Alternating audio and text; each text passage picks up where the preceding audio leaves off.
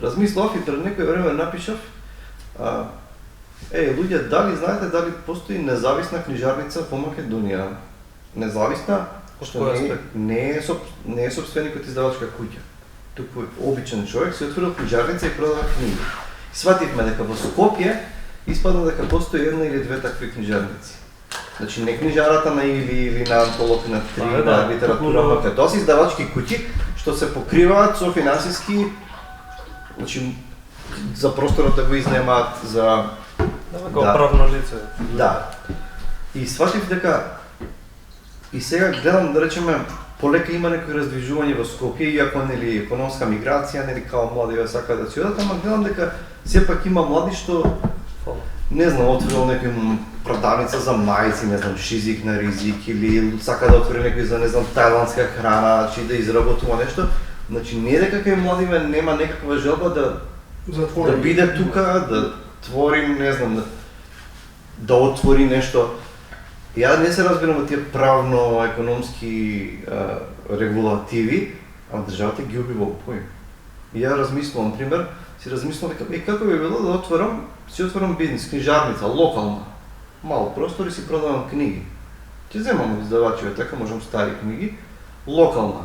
Еве, дека што живам јас натаму, Влаја, Хром, да не зборим ништо нема натаму. Најверојатно Ѓорче, ако идеш на Омо, прва книжара ти е во Сити Мол. Претпоставам, па да, литература ма. Да, натаму нема. Јас сваќам дека јас апсолутно сум осуден на пропаст и се откажувам, затоа што нема да можам да живеам, нема плата да изведам една плата. И сега, ама затоа, во радиусот 200 метри кај што живеам има 3 казина и 4 кладилници. Или 4 кладилници, не, 4 казина, а 3 кладилници. И 5 аптеки. И аптеки, да. Ако изгубиш од кладилница, тоа да се смириш, Така што, сега, тоа е тоа системско. Зошто некој млад човек да рече, сакам да отворам книжара и државата да рече 3 години од нас имаш кирија.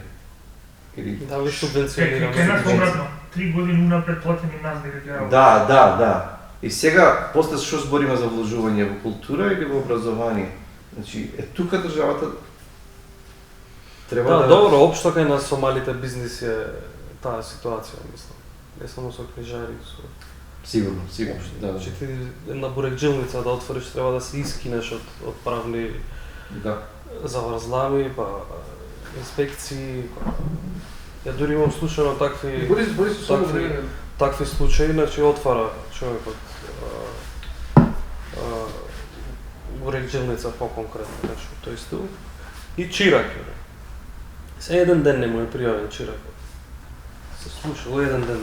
Доаѓа инспекција, 1000 евра казна. Како ти работи овој? А овој, знаеш, чисто да се запознае со работа со ова, ќе го пријави.